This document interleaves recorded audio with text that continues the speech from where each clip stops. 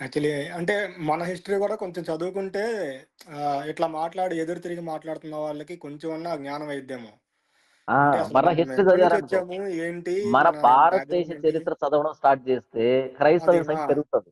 అదే కదా! కానీ మనోళ్ళు అది చదవకుండా ఇక స్కూలుల్లో వేరే వేరే ఇంప్లిమెంట్ చేస్తామని జెప్పి చెప్తున్నారు.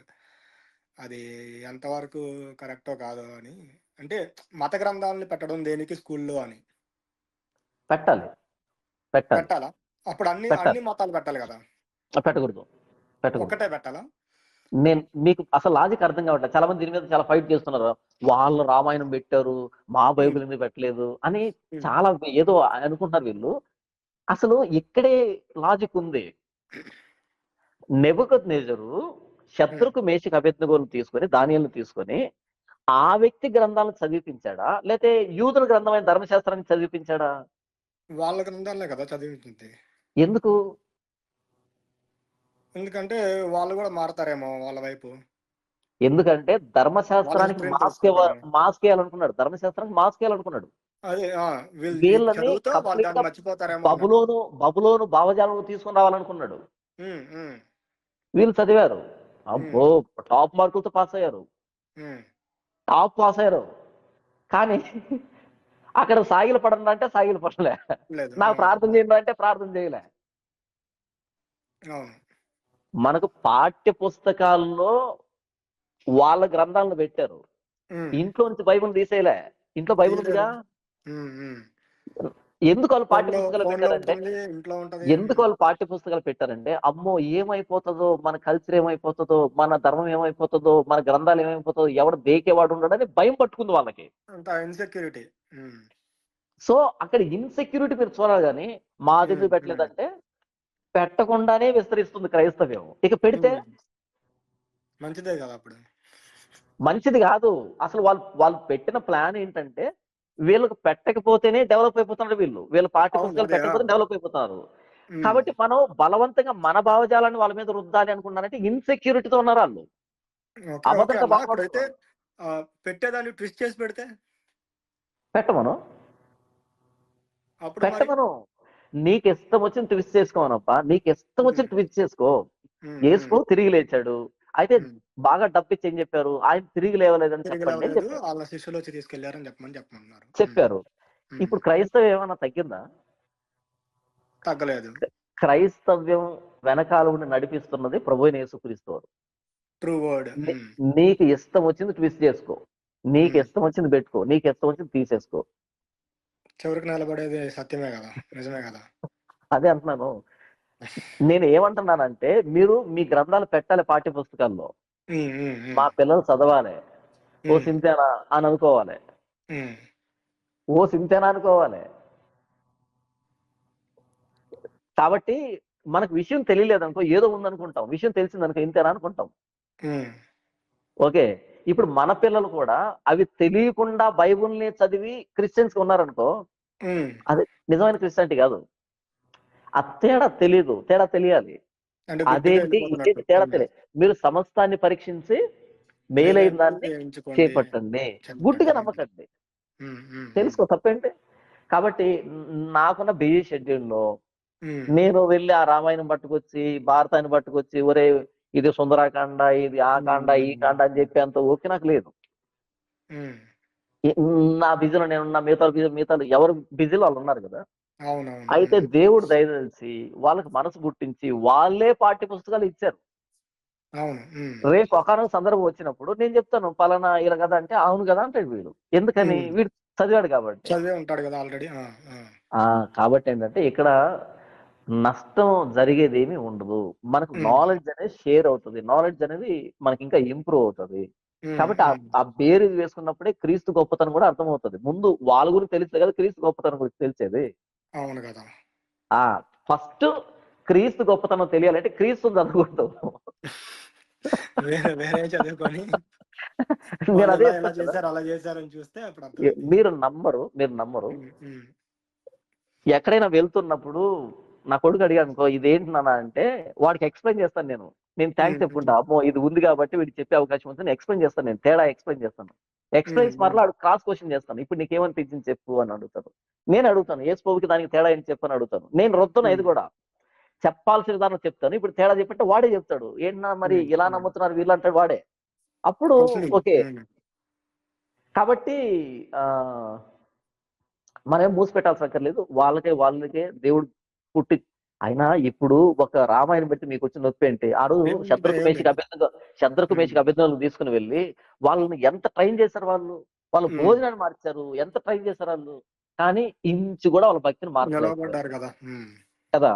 చెరలో ఉన్న వాళ్ళని వీళ్ళు మార్చలేకపోతే పిల్లలు ఉదయం సాయంకాలం దాకా స్కూల్లో ఉంటారు. అది కూడా ఒక్క పీరియడ్ వస్తుంది. అది కూడా ఒక్క సబ్జెక్ట్ లో వస్తుంది. అది కూడా ఒక్క తరగతిలో వస్తుంది.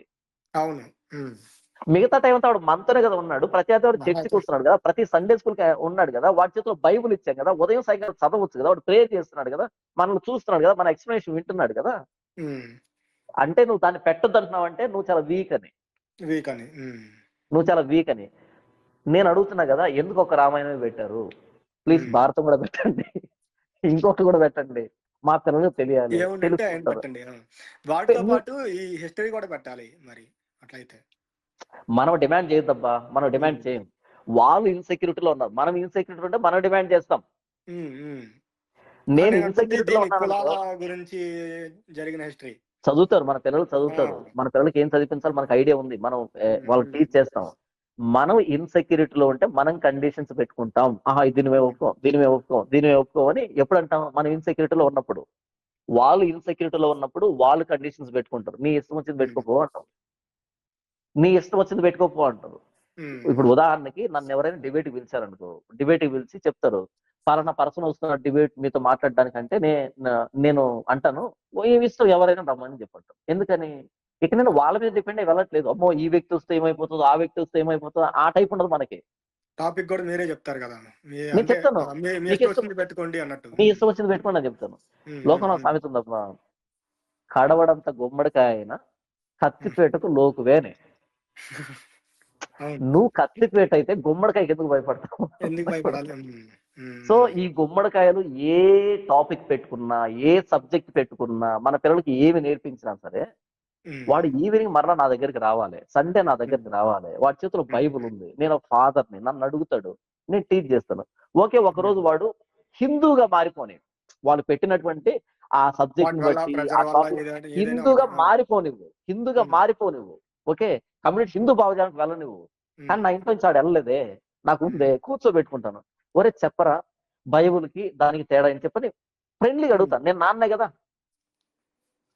కదా. నాకు తెలిసిన విషయం. ఓకే, వాడు నాకు మించి ఏం వాదిస్తాడు? నాకు పుట్టినోడు వాదించలేడు కదా.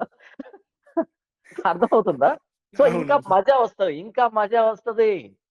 వాడిని క్రిస్టియన్ ఫ్యామిలీలో పుట్టి క్రిస్టియన్ గా బాప్తిసం వాడు మజా ఏమి ఉండదు.